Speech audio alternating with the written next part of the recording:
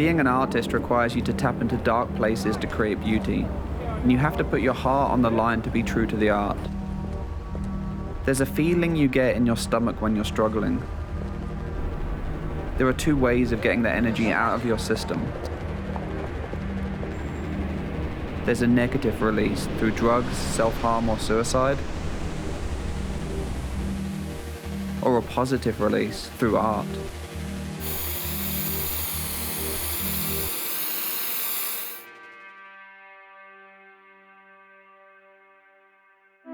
My name is Rich Simmons. I was born in Peterborough and had a very normal childhood growing up in the countryside in Lincolnshire. My granddad was kind of the artist of the family. Any time that we did get to spend with him, I would want a drawing from him. So he would always say from a very young age, "I'll do you a trade."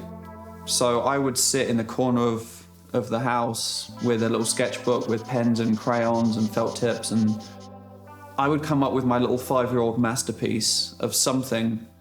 And at the end of the day, I would present it to him and he would do a very quick drawing and we would trade. And that, from a very young age, planted a seed in my mind that if I wanted something in life, if I wanted to achieve something or if I wanted to attain something, I could use my creativity to find a way to get it.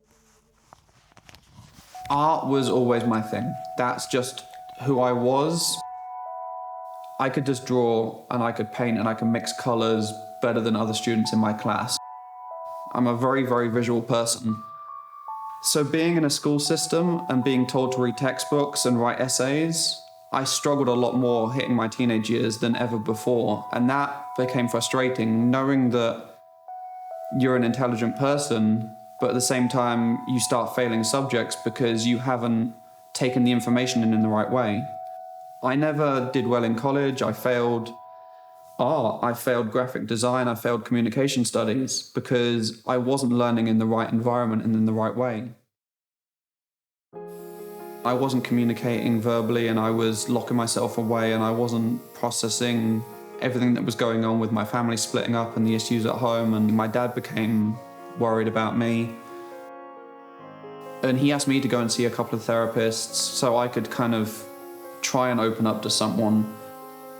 And they said I've got all the hallmarks of having Asperger's by not being able to socialize in the same way other people were, being very anxious around people, being very difficult to understand social interaction and social norms and communication.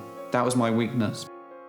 As much as I didn't want the label of I have depression, I have autism, I have social anxiety, it was almost like I am me. I am Rich. This is how I think. This is how I view the world. This is how I can take my brain and do something positive in the world with it.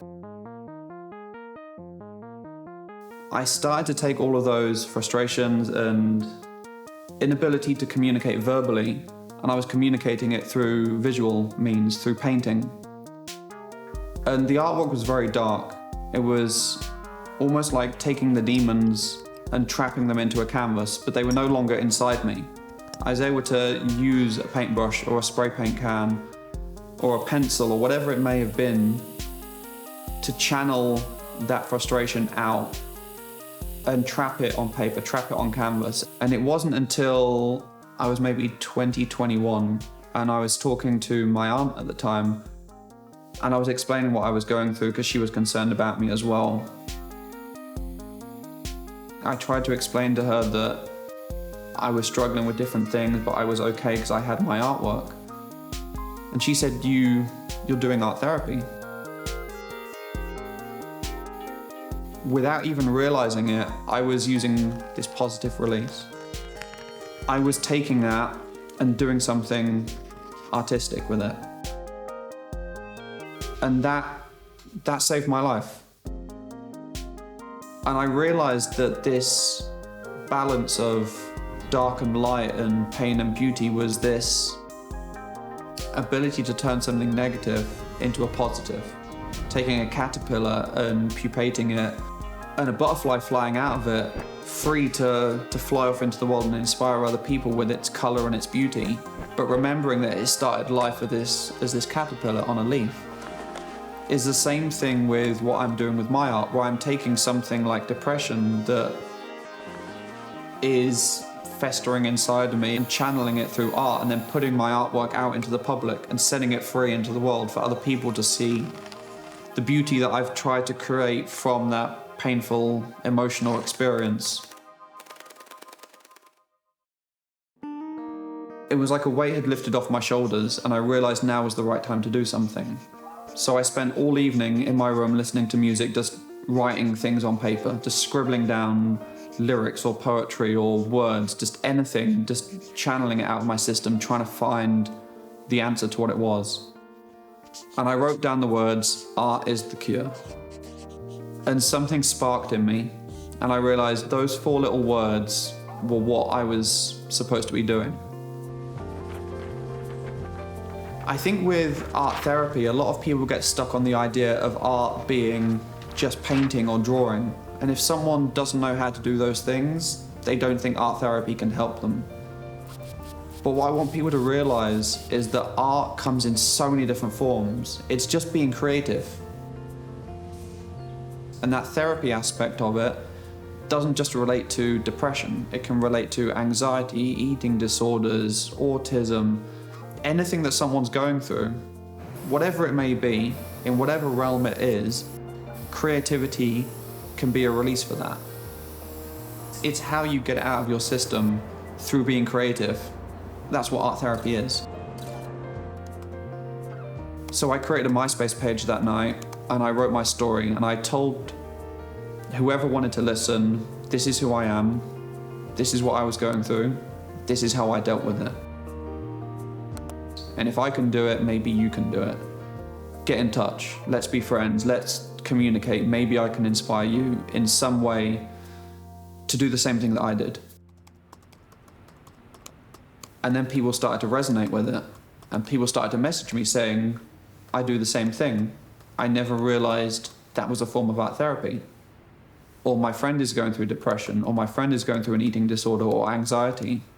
They're really creative, but they're not using their creativity. I'm going to tell them about this. And there was one story that really kind of sparked it for me, that I knew this is something that can change the world potentially. And it was a girl in America, and she messaged me saying, "What's your art about? I read your story, can you tell me a bit more about it?" So we chatted online, and I told her a bit about what I was going through in a bit more detail. She didn't really give me any information about herself, which is fine. But then I didn't hear from her for a few days. And I thought, okay, well, maybe I've helped her, maybe I haven't, who knows? And about 3 days later, I get a long message, and she finally opened up, and she told me that she was going through different things, and she tried committing suicide multiple times over the last couple of years. And she was getting to a point where she was losing hope again, and she wanted to commit suicide again. So she reached out to me randomly, and hearing what I was saying about creativity, she decided that she would try it as well.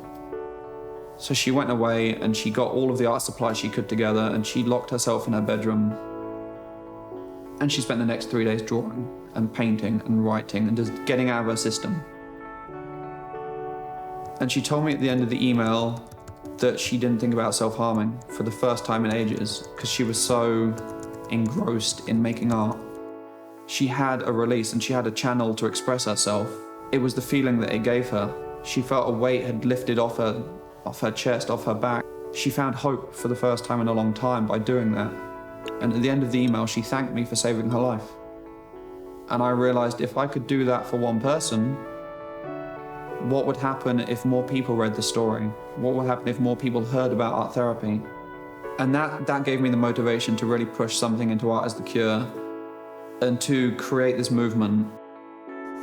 As much as I want to be an artist, and as much as I love being able to exhibit my artwork, being someone that can inspire other people, whether it's through my artwork or through my story or through sharing other people's stories, that's the thing that's going to be my legacy in the future.